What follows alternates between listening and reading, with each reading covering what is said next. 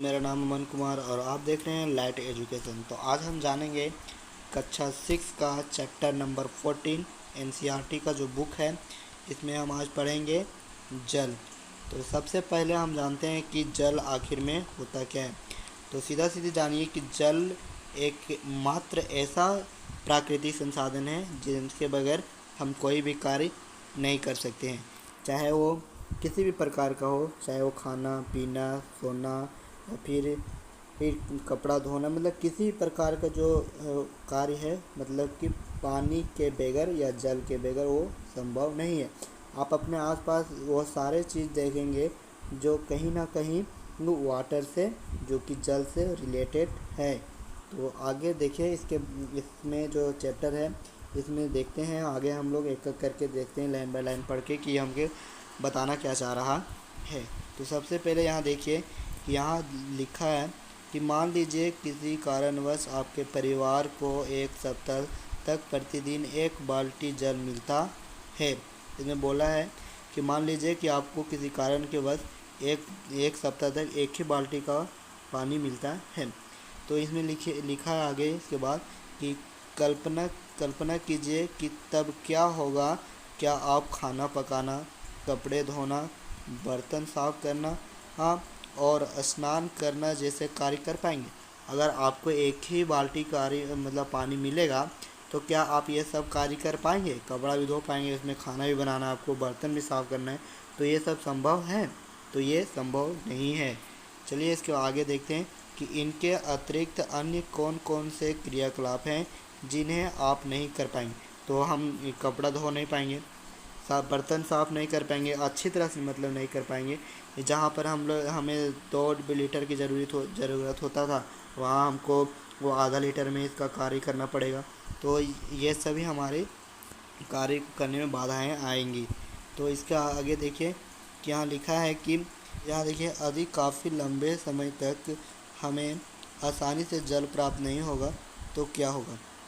अगर हमें ऐसा ही चलता रहे और लंबे समय तक अगर पानी हमको नहीं प्राप्त होता है, जल की सुविधा को पूरा उपलब्ध नहीं होता है, इसी तरह हमें कम पानी में काम चलाना हो तो क्या होगा लंबे समय तक। तो इसमें आगे देखिए कि पानी के अतिरिक्त ऐसे बहुत से क्रियाकलाप हैं जिनके लिए हम जल का प्रयोग करते हैं। मतलब कि ये ऐसे आदि बहुत सारे क्रियाकलाप हैं जिसमें हम जल का जो है सो उपयोग करते हैं। तो जानिए इसमें देखिए आगे क्रियाकलाप है। क्या आपको यह अनुमान है कि हम एक दिन में जल का कितना उपयोग करते हैं? ये आपको पता है? नहीं पता है? अगर पता भी होगा तो चलिए आगे देखते हैं। इसमें देखिए कि देखिए हम कितने जल का उपयोग करते हैं, ये हमको क्रियाकलाप के द्वारा समझना है। तो सबसे पहले यहाँ देखिए, यहाँ क्रियाकलाप 1 में कि देखिए पहला नियम लिखा है कि प्रतिदिन उन सभी क्रियाकलापों की सूची बनाइए जिनमें आप जल का उपयोग करते। मतलब कि हमको पहला जो दिन है, डे नंबर 1, उसमें हमको सूची बनाना है कि हम लोग जो भी पानी का जो उपयोग करते हैं वो कौन कौन से सूची, जैसे कि हम सब्जी में प्रयोग करते हैं, उसके बाद खाना बनाने में प्रयोग करते हैं, कपड़ा धोने में उपयोग करते हैं। तो ये जो भी कार्य में पानी का यूज होता है उसका सूची बनाने के लिए इसमें बोला गया है। आगे देखिए कि सारणी 14.1 में कुछ क्रियाकलापों को सूची दी गई है। इस प्रकार की सारणी अपने नोटबुक में बनाएं हैं। अब पूरे दिन में आप तथा आपके परिवार के सदस्यों द्वारा, इसमें लिखा कि 14.1 जो क्रियाकलाप 1 है उसमें यहाँ देखिए सूची दिया गया है। देखिए ये सूची दिया गया है, ये जो है वो सूची दिया गया है पूरा। इसी प्रकार का हमको सूची बनाना है। और इसमें लिखा है कि एक दिन में जितने भी आपके परिवार के जो सदस्य हैं उनके द्वारा प्रत्येक क्रियाकलाप में प्रयुक्त जल की मात्रा मापिए। और जो भी आपके सदस्य का जो उपयोग है, जो जिससे पानी का उपयोग करते हैं आपके सदस्य, तो उसकी मात्रा को मापना है। इसके बाद यहाँ देखिए कि आप मापन के लिए मग, गिलास, बाल्टी या किसी अन्य बर्तन का उपयोग कर सकते हैं। मतलब इस लिखा कि जो भी आप उपयोग करते हैं पानी, उसको या तो आप है सो मग से कीजिए, गिलास से कीजिए, बाल्टी से कीजिए या किसी अन्य बर्तन से कर सकते हैं इसका उपयोग करके। चलिए अब आगे इसमें देखते हैं कि कि देखिए यहाँ पर देखिए, यहाँ पर इसमें दिया गया है कि सूची है। तो इसमें हम देखेंगे कि पानी का उपयोग कहाँ कहाँ आखिर में होता है। तो सबसे पहले देखिए, जल का जो उपयोग है वो पीने में होता है, ब्रश करने में होता है, नहाने में होता है, बर्तन साफ़ करने में होता है, कपड़ा धोने में होता है, शौचालय में होता है और फर्श साफ़ करने में होता है, और कोई अन्य कार्य भी हो जाता है उसमें भी होता है। साथ ही इसमें देखिए कि परिवार में एक दिन इनमें उपयोग हुए जल की कुल मात्रा, मतलब कि ये सभी ही जो जितने भी हैं सूची, इसका जैसे मान के लेते हैं कि पीने का वाटर जो है, मतलब पीने में हम 2 लीटर का यूज करते हैं, ब्रश करने में पूरा सदस्य द्वारा 1 लीटर मान लेते हैं, नहाने में मान लिए कि ये 10 लीटर हो गया, तो इसमें बर्तन साफ़ करने में 20 लीटर हो गया। और इसी तरह अगर हम पूरा अन्य मतलब जहाँ यहाँ तक कुल जो है वो अगर हम कर लेते हैं, तो इसका जो जितना भी जो होता है, कुल जो जितना भी हम यूज़ करेंगे उसको अगर हम जोड़ के यहाँ पर सम कर देंगे, वही हमारा कुल हो जाएगा जो कि हम एक दिन में यूज करते हैं। चलिए आगे यहाँ देखिए कि अब आप यह जान गए होंगे कि प्रतिदिन आपके परिवार में लगभग कितने जल का उपयोग होता है। हाँ, इससे हमको पता चल जाएगा कि एक दिन में हम जल का कितना उपयोग करते हैं। क्या आप क्या आप अपना स्वच्छता के लिए एक दिन में उपयोग किए जाने वाले पानी की मात्रा का अनुमान लगा सकते हैं? लिखा है कि क्या आप अपने साफ सफाई में, जैसे नहाने धोने में, फर्श साफ़ करने में, बर्तन साफ़ करने में, ये सब में जो भी पानी का उपयोग होता है उसका क्या आप अनुमान लगा सकते हैं कि एक दिन में हम कितना यूज करते हैं? यही चीज़ हमें पूछा गया है। इसके आगे देखिए, यहाँ पर लिखा गया है कि इस जानकारी का उपयोग करके यह गणना कीजिए कि आपके परिवार को एक वर्ष में कितनी ही जल की आवश्यकता होती है। मतलब कि अगर हम एक दिन में अगर यह पता लगा लेते हैं कि हमें बर्तन धोने में, साफ़ सफाई में और नहाने धोने में अगर जितना जल का उपयोग होता है, अगर उस एक दिन के हिसाब से अगर हम कुल 12 महीना का अगर जोड़ निकालते हैं तो वो कितना होगा, वो इसमें पूछा गया। तो देखिए इसमें लिखा है आगे कि इसमें आगे लिखा है कि जब जल की इस मात्रा को अपने परिवार के सदस्यों से विभाजित कीजिए। अब जितना भी ये आएगा कुल, उसको जो है जो जितने भी सदस्य हैं उससे हमको भाग देने के लिए बताया जा रहा है, ताकि ये हमको पता चले कि प्रत्येक व्यक्ति कितना लीटर का यूज करता है पूरे वर्ष में। इसमें लिखा कि यह आपके परिवार के एक सदस्य की एक वर्ष की जल की आवश्यकता आप ज्ञान कराएगी। मतलब हमने पहले ही बता दिया, इससे हमको पता चलेगा कि ये एक वर्ष में एक व्यक्ति कितना जल का उपयोग करता है। चलिए अब आगे देखते हैं। आगे देखिए इसमें कि आपके गांव या शहर में कितने लोग रहते हैं। आपको यह बोध हो जाए कि आपके शहर अथवा गांव के लिए वर्ष में कितने आवश्यकता होती है। मतलब आप जब एक वर्ष में एक सदस्य के बारे में अगर निकाल लेंगे तो इससे पक्का है कि आपके जितने भी मान के चलते एक गांव में अगर 80 लोग रहते हैं, मान के चलिए मिनिमम है, तो इसके हिसाब से अगर हम एक आदमी का जितना निकलता है उस हिसाब से अगर हम इसको 18 में मल्टीप्लाई कर देंगे तो ये तो पूरा निकल जाएगा ये अपने पूरा एक गाँव का। यही चीज़ में बताया गया है। आगे देखिए इसमें आगे देखिए कि अपने ऐसे बहुत से क्रियाकलापों की सूची बनाई है जिनमें आप जल का प्रयोग करते हैं। क्या आप सोचते हैं कि हमारी जल की आवश्यकता इसी प्रकार के क्रियाकलापों तक ही सीमित है? इसमें लिखा है कि हम जितना भी क्रियाकलाप बनाते हैं, जैसे कपड़ा धोने में, नहाने में, उसके बाद फिर ये भोजन को पकाने में, क्या इतने ही तक इसका सीमित है? क्या इसका उपयोग मात्र इतने ही तक है, इसके अलावा नहीं है? ये हमको इसमें पूछा गया।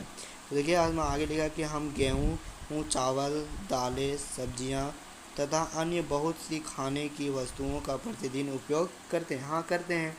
उसके बाद देखिए इसमें हम जानते हैं कि बारिश की कुछ रेशे है जिनका उपयोग हम कपड़ा बनाने में करते हैं। जो रेशा होता है जिससे कपड़ा बनाया जाता है, मतलब कि ऊन, तो उसका भी उपयोग हम करते हैं।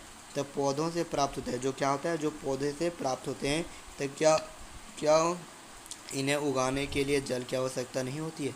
मतलब जो ऊन है जो हम पहनते हैं, जैसे रेशा है जिससे कपड़ा बनता है, तो क्या वो है सो पेड़ से प्राप्त होता है, यस होता है। तो उसका जो उत्पादन है उसके लिए हमें क्या जल की आवश्यकता होती है, तो ये हमें पूछा गया। तो यस, ये हमारे लिए उपयुक्त है, और जल के बिना कोई भी पौधा उत्पादन नहीं किया जा सकता है। आगे देखिए, क्या आप जल के कुछ और उपयोग सोच सकते हैं। ये पूछा है कि क्या जल के अलावा भी हमको कुछ उपयोग है जो हम सोच सकते हैं। हाँ, जल के अलावा देखिए हमको इलेक्ट्रिक जो बिजली होता है उसको उत्पादन में कर सकते हैं। उसके बाद इसको ये बांध बांध बना के जो आसपास के वो जो है आसपास के एरिया उसको सिंचाई के लिए कर सकते हैं, और अन्य मतलब कि हैं। आगे देखिए इसमें, इसलिए हम जल का उपयोग केवल दैनिक कार्यों के लिए नहीं वरना बहुत सी वस्तुओं के उत्पादन के लिए भी होता है। समझ में आया। इसमें लिखा आगे देखिए कि हम जल कहाँ से प्राप्त करते हैं। हम जल जो है तो प्राप्त कहाँ कहाँ से करते हैं। तो सबसे पहले देखिए यहाँ पर लिखा गया है कि अपने उपयोग के लिए आप जल कहाँ से प्राप्त करते हैं आप इसमें से कुछ कहे होंगे। हम नदियाँ, झरना, तालाबों, या फिर इसमें मतलब सीधा सीधी जान लीजिए कि जल हम कहाँ से प्राप्त करते हैं। तो जल जो हम प्राप्त करते हैं वो तालाब से होता है, उसके बाद नदी से होता है, उसके बाद कुआं से होता है, नदी, कुआं, हाँ, फिर बोरोवेल जिसे चापाकल बोलते हैं, चापाकल आदि आदि जगह से हम प्राप्त करते हैं।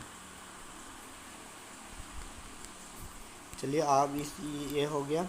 अब इसके बाद देखिए, इसके बाद यहाँ देखिए कि यहाँ लिखा है, क्या आप जानते हैं कि पृथ्वी का 2/3 भाग जल से ही घिरा हुआ है। मतलब कि जो हमारा पृथ्वी है उसका 2/3 भाग जो है वो जल से ही घिरा है। समझ में आया। ये हमें बताया जा रहा है। इसके आगे देखिए कि इस जल का अधिकांश भाग समुद्र और महासागरों में, जो इसका जो अधिकांश भाग है वो कहाँ है, वो जो है वो समुद्र में है और महासागर में, जो हमारे पीने योग्य पानी नहीं होती है। आगे देखिए, आगे देखिए यहाँ पर इस समुद्रों और महासागरों के जल में बहुत से लवण घुले होते हैं। लवण मतलब जो नमक का जो गुण होता है वो इसमें मिला हुआ रहता है, जिससे जल जो है वो खारा हो जाता है। इसलिए यह पीने के लिए उपयुक्त नहीं होता है।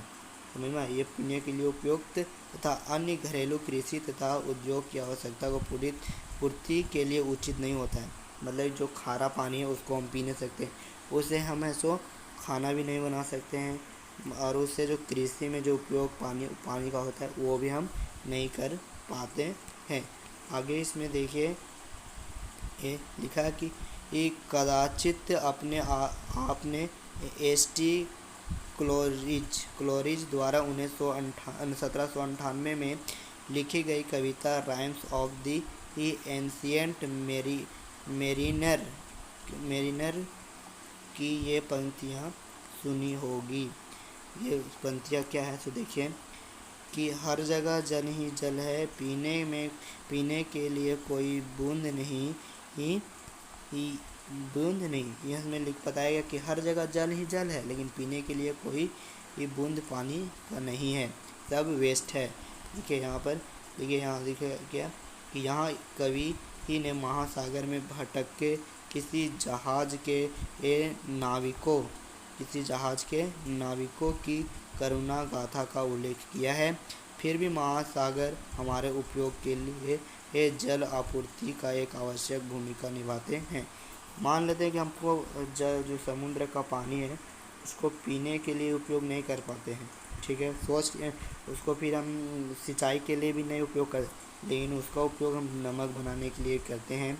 उसके अलावा फिर हम उससे बिजली उत्पादन के लिए करते हैं। देखा कि क्या आपको यह आश्चर्यजनक लगता है आखिरकार जो जल हम उपयोग करते हैं वह खारा नहीं होता है।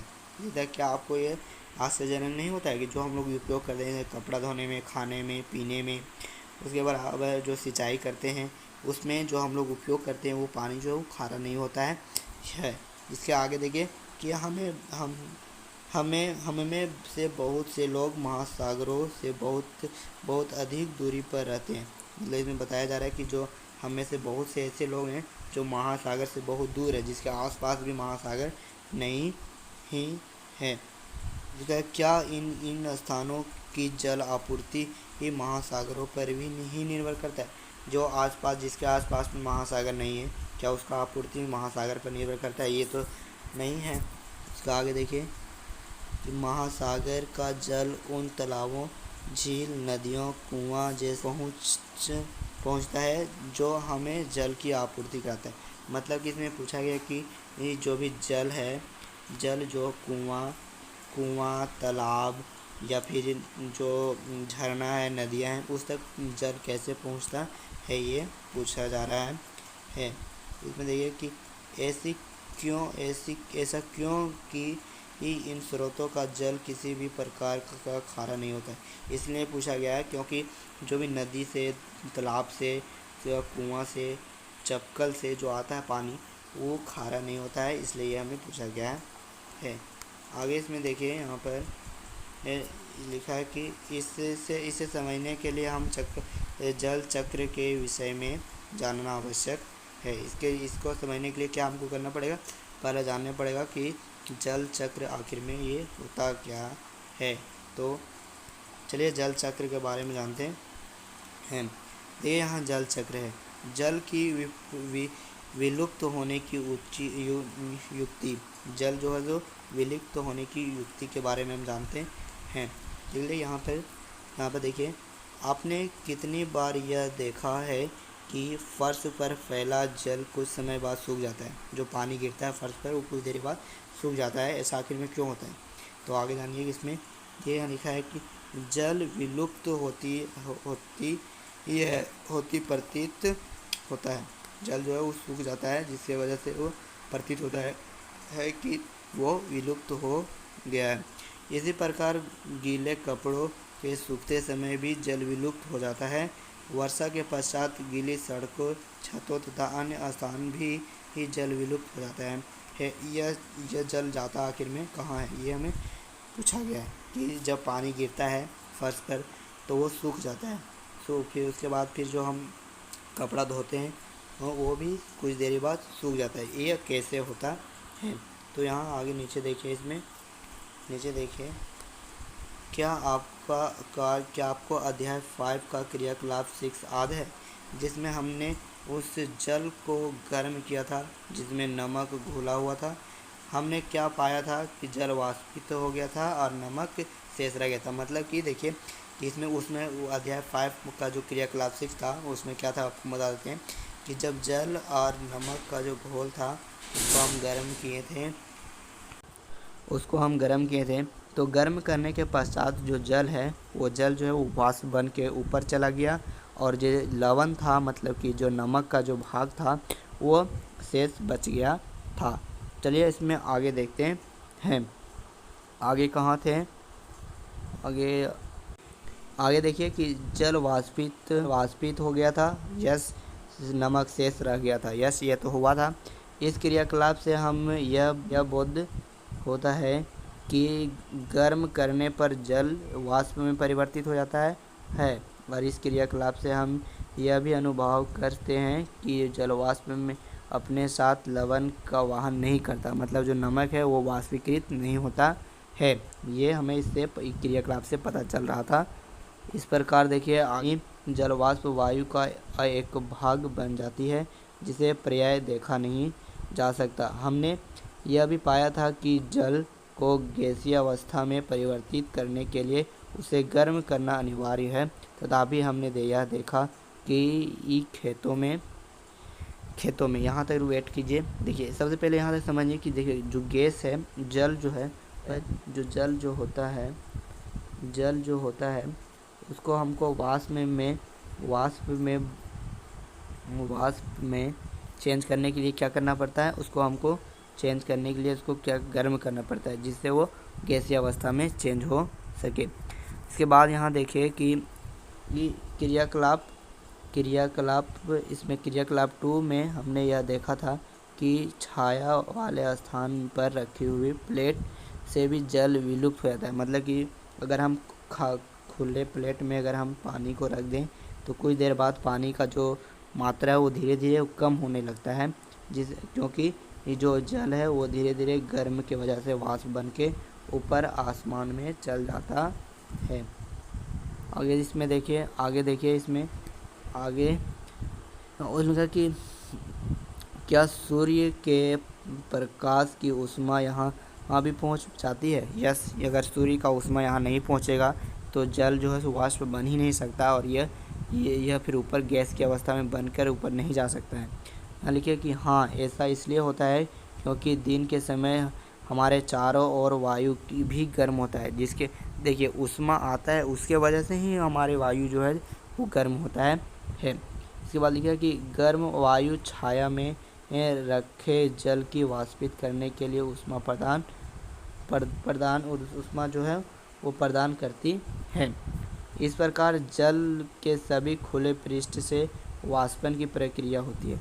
मतलब कि जो गर्म हवा है वो छाया वाले जगह पर भी फैलता जाता है। ऐसा नहीं कि गर्म वाला जो हवा है वो केवल गर्मी ही में रहेगा, ठंडी जगह पर नहीं जा पाएगा, वो सभी जगह नियंत्रण गति करते रहता है। आगे देखिए कि इसके फलस्वरूप वायु में जल वाष्प नियंत्रण मिलती जाती है। तथापि जल का वाष्पन एक धीमी प्रक्रिया है और ये जो प्रक्रिया होता है वो क्या होता है, वो धीरे धीरे होता है, ये एक बार नहीं हो जाता है, मतलब अचानक नहीं होता है। इसके बाद यहाँ देखिए, यही कारण है कि जल से भरी ही किसी बाल्टी से जल की ही इस क्षति को हम बहुत कम देख पाते हैं। लिखा है कि यही कारण होता है जिससे हमें जो जल का जो वाष्पीकरण होता है वो धीरे धीरे होता है, जिससे कि हम इसको पूरा नहीं देख पाते हैं, मतलब इसका जो क्षति है वो महसूस हम नहीं कर पाते हैं। जो लिखा है कि इसके बाद देखिए यहाँ पर लिखा है कि सूर्य के प्रकाश में वाष्पन तेज़ी से होता है। सूर्य जो है उसके प्रकाश में जो ये वाष्पन है वो बहुत तेज़ी से होता है। जल को किसी ही बर्नर का गर्म करने पर वाष्पन और अधिक तेज़ी से होता है। लिखा है कि जब गर्म जो सूर्य का जो और रोशनी आता है पृथ्वी पर, उससे जो ऊष्मा निकलता है वो बहुत तेज़ होता है, जिससे वजह से जो पानी गिरता है वो कुछ ही देर में वो सूख जाता है। ठीक है, आगे देखिए इसमें क्या जल वाष्प के वायु में आंतरित होने का अन्य कोई प्रक्रम भी होता है। ठीक है कि जल को वायु में जो अंतरित होने का कोई प्रक्रम होता है। प्रक्रम क्या होता है, देखिए जल चक्र ही एक वैसा प्रक्रम है जिसे जल जो है वो वायु में मिल जाता है। समझ में आ रहा है, जो जल है सो पहले गैस बनेगा, गैस जो है वो वायु की सहायता से ऊपर चल जाएगा, वो धीरे धीरे ठंडा होगा, उसके बाद फिर वो वापस गिरना स्टार्ट हो जाएगा। तो आज हमने जल चक्र तक ये पढ़ लिया है, तो इसके आगे हम नेक्स्ट वीडियो में कवर करेंगे। तो अगर आपको ये वीडियो अच्छा लगता है तो लाइक कीजिए, शेयर कीजिए, कमेंट कीजिए। Thank you very much, all the very best.